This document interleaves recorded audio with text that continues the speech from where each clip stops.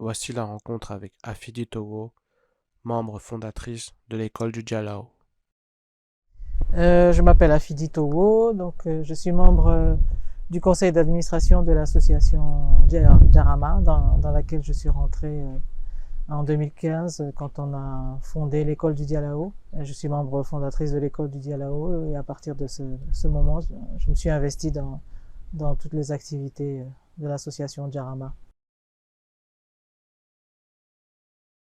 Alors au sein de Djarama, je suis la coordinatrice de deux programmes. Un programme qui s'appelle Yakar, qui est un programme de formation qu'on a lancé il y a 2 ans, formation de jeunes déscolarisés ou non scolarisés. On forme au métier des arts vivants, cirque, théâtre, marionnette, et à l'agroécologie, et puis aussi de l'alphabétisation pour leur permettre de se professionnaliser. Et je suis aussi la coordinatrice d'un programme qui s'appelle Yonu Eulug, qui veut dire en Wolof le chemin de l'avenir. C'est un programme financé et accompagné par l'ONG Terre des Hommes qui nous a demandé d'étendre notre expérience qu'on fait à l'école du Dialao à d'autres écoles, aux écoles publiques de la zone et plus particulièrement dans la formation des enseignants à l'éducation bienveillante, à l'autorité scolaire sans violence, à la pédagogie par projet, à une autre approche éducative que nous on mène à l'école du Dialao et en même temps travailler avec les enfants dans l'éducation environnementale, dans la sensibilisation des enfants à toutes les problématiques du développement durable. Ce qu'on fait à l'école du Dialao, on le fait aussi avec les élèves des écoles publiques. Dans le cadre de ces 2 programmes, les défis, c'est former les enseignants à une autre approche éducative, ce qui n'est pas facile parce que dans les écoles publiques, les effectifs sont pléthoriques, les conditions de scolarisation et d'enseignement sont très très mauvaises. C'est pas facile de venir et former les enseignants, remettre en question leur manière d'enseigner alors qu'ils n'ont pas d'eau, pas d'électricité parfois, ils ont des classes parfois de plus de 100 élèves, donc c'est très très difficile. Et puis l'éducation environnementale aussi, c'est pas facile parce que là aussi on travaille dans des communautés qui ont des habitudes bien ancrées en matière de déchets, de gestion des déchets, de dégradation de l'environnement. Donc c'est pas facile de venir et d'essayer de changer les comportements, de travailler avec les enfants. Travailler avec les enfants, c'est une chose, mais si on travaille pas aussi avec les parents et la communauté, c'est difficile. Donc c'est les défis qu'on a à relever.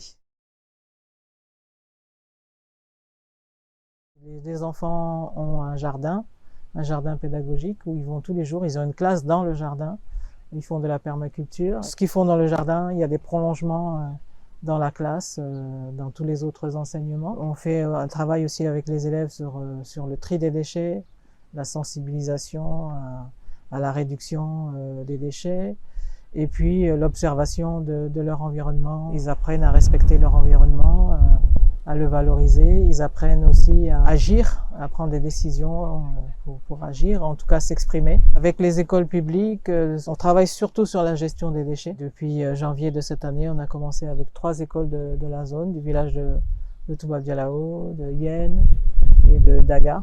Avec ces 3 écoles-là, on a commencé à travailler d'une manière un peu différente. On fait venir les enfants dans notre 2e lieu, à Djarama Dialao, qui est un écolieu, pour aborder toutes les questions et les problématiques de l'éducation environnementale. On a commencé aussi avec la gestion des déchets.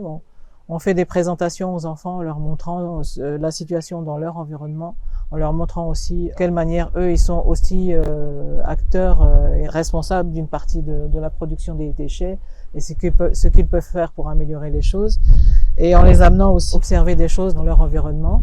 Ensuite, on a travaillé sur les changements climatiques avec ces enfants. Et on va ensuite continuer à travailler avec eux sur l'agroécologie, la biodiversité, les écosystèmes, mais toujours d'une manière très à la fois ludique et pratique. Très peu de théorie, des choses qui sont à leur portée. Ce sont des enfants avec lesquels on travaille qui ont entre 8 ans et 12 ans. Et on essaie vraiment d'avoir des contenus les plus concrets, pratiques possibles et leur montrer leur environnement immédiat. Donc après les changements climatiques, la biodiversité, on travaillera avec eux sur l'alimentation, la nutrition. C'est de cette manière qu'on travaille avec les enfants.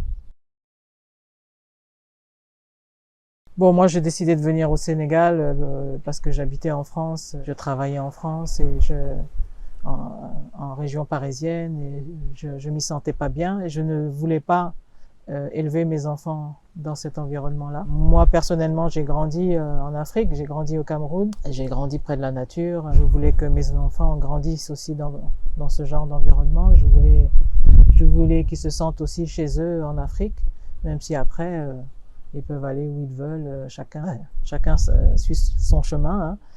Mais je voulais qu'ils s'enracinent en Afrique. Ici au Sénégal où je me suis installée, pour les jeunes, la vie est très difficile, ils ont très peu de perspectives. Je comprends que beaucoup aient envie d'aller chercher leur bonheur ailleurs. Ce que moi j'essaye de faire aussi ici, c'est aussi le sens de mon engagement avec Jarama, c'est montrer à ces jeunes qu'il y a des choses qu'ils peuvent faire ici. L'Eldorado, ça n'existe pas. Il y a des choses qu'ils peuvent faire ici. Ils peuvent gagner leur vie correctement ici. Ils peuvent entreprendre. Ils peuvent valoriser ce qu'il y a autour d'eux dans leur pays. C'est pas facile, mais ailleurs c'est encore plus difficile. Donc il y a des possibilités. C'est pour ça qu'on a lancé ce programme Yakar, pour montrer qu'il y a d'autres métiers que les jeunes peuvent faire, où il y a du potentiel, où ils peuvent s'investir, gagner leur vie. Donc c'est ce travail qu'il faut faire. Beaucoup de jeunes ici ne voient pas les autres perspectives, les autres possibilités, les autres métiers possibles en dehors d'être menuisier, être pêcheur, être maçon. Donc c'est un travail qu'il faut faire, leur montrer qu'il y a d'autres possibilités. Il y a beaucoup de choses à développer et à exploiter ici dans leur pays.